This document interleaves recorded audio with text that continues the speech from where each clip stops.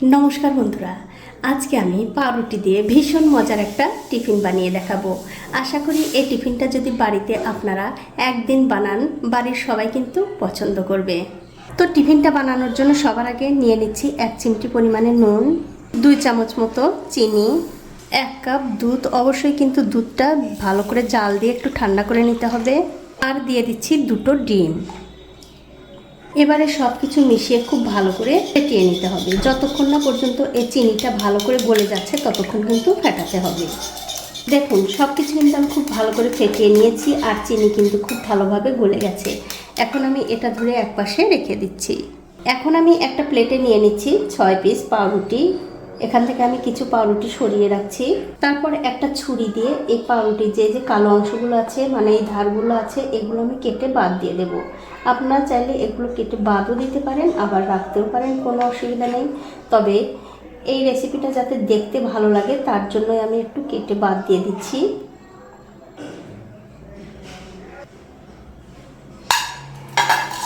ঠিক এরকম করে সবগুলোই কেটে নেব।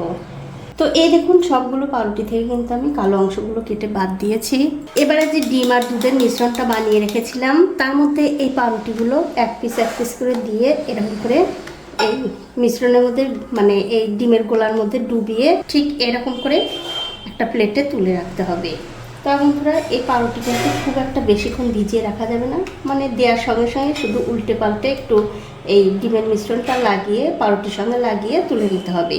আর ঠিক এরকম করে একটার উপর একটা রাখতে হবে। আর এই একই রকম করে কিন্তু আমি সবগুলোই ডিমের মিশ্রণের মধ্যে ডুবিয়ে নেব।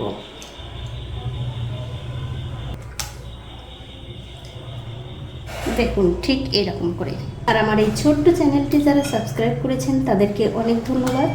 আর যারা সাবস্ক্রাইব করেননি তাদেরকে সাবস্ক্রাইব করে নেওয়ার অনুরোধ রইল। যে সকল বন্ধুরা আমার এই রেসিপিটা ফেসবুক থেকে দেখছেন তাদের কাছে আমার একটাই অনুরোধ, অবশ্যই এই পেজটিকে ফলো করে দেবেন। তাহলে যখনই আমি নতুন কোনো ভিডিও নিয়ে আসব সবার আগে কিন্তু আপনিই দেখতে পাবেন। দেখুন, সবগুলোই কিন্তু হয়ে গেছে। এখন একটা কড়াইতে দিয়ে দিচ্ছি একটু সাদা তেল। এবারে তেলটা একটু ভালো করে গরম করে নিতে হবে।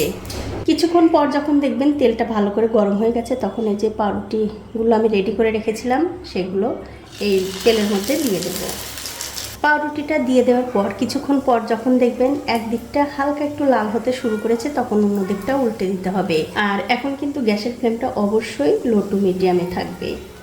আর উল্টানোর সময় অবশ্যই একটু সাবধানে উল্টে দেবেন যাতে ভেঙে না যায়। এটাও আমি উল্টে পাল্টে খুব ভালো করে ভেজে নেব।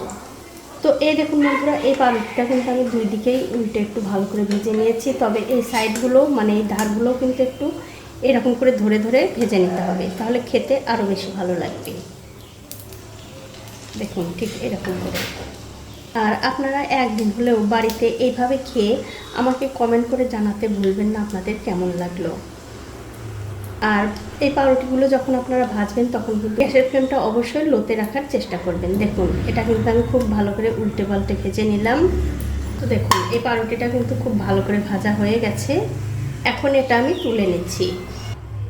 তুলে অন্য একটা পাত্রে রেখে দিচ্ছি। আর এই একই রকম করে কিন্তু সবগুলো পাউরুটি ভেজে নিতে হবে। তো এই দেখুন বন্ধুরা, এক এক করে কিন্তু আমি সবগুলো পাউরুটি ভেজে নিয়েছি। এখন আপনারা অবশ্যই কিন্তু পরিবেশনের আগে এর উপরে একটু মিষ্টির রস এরকম করে একটু ছড়িয়ে দেবেন। যদি আপনাদের ঘরে মিষ্টির রস না থাকে সেক্ষেত্রে কিন্তু আপনারা একটুখানি চিনি জাল দিয়ে এরকম রস করে নেবেন, তাহলে কিন্তু খেতে বেশি ভালো লাগবে। এখন আমি আপনাদের একটা কেটেও পরিবেশন করে দেখাচ্ছি কতটা সুন্দর হয়েছে। আমি কিন্তু আগেই বলেছি বন্ধুরা, এই রেসিপিটা কিন্তু বাড়ির বাচ্চা থেকে বড় সবাই ভীষণ পছন্দ করবে। আপনারা বাচ্চাদের স্কুল কলেজের টিফিনে কিংবা অফিসের টিফিনেও বানিয়ে দিতে পারেন। তো বন্ধুরা, আমার আজকের এই রেসিপিটা যদি আপনাদের চোখের ভালো লাগে থেকে মন পর্যন্ত পৌঁছে থাকে তাহলে কিন্তু অবশ্যই একটা লাইক, কমেন্ট আর শেয়ার করতে ভুলবেন না।